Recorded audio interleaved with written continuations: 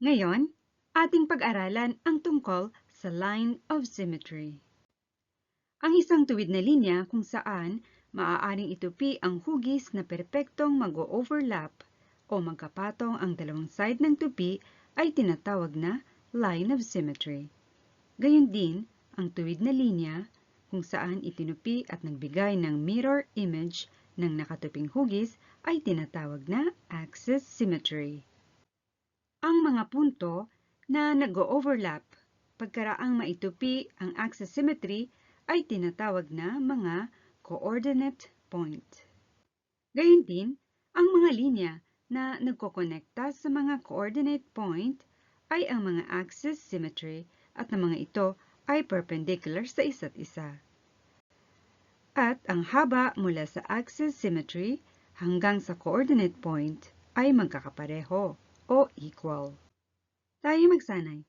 Pindutin pansamantala ang pause icon at ating pag-isipan ang problem exercise. Kapag nasagutan na ang exercise, pindutin ang play icon at markahan ng bilog. Ngayon, magtugma tayo ng sagot. Ang point F, ang coordinate point ng point I. Ang point T, ang coordinate point ng point N. Ang side ED, ang coordinate side ng side JK. Ang side QP, ang coordinate side ng side QR. Tama ba ang inyong mga sagot? Panghuli, repasuhin natin ang ating inaral ngayon.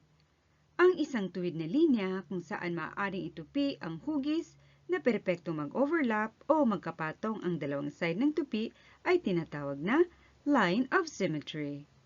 Gayon din, ang tuwid na linya kung saan itinupi at nagbigay ng mirror image ng nakatuping hugis ay tinatawag na axis symmetry. Ang mga punto na nag-o-overlap ng maitupi ang axis symmetry ay tinatawag na mga coordinate point.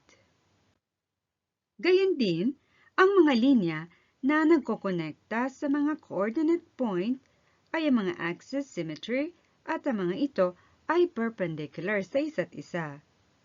At ang haba mula sa axis symmetry hanggang sa coordinate point ay magkakapareho o equal.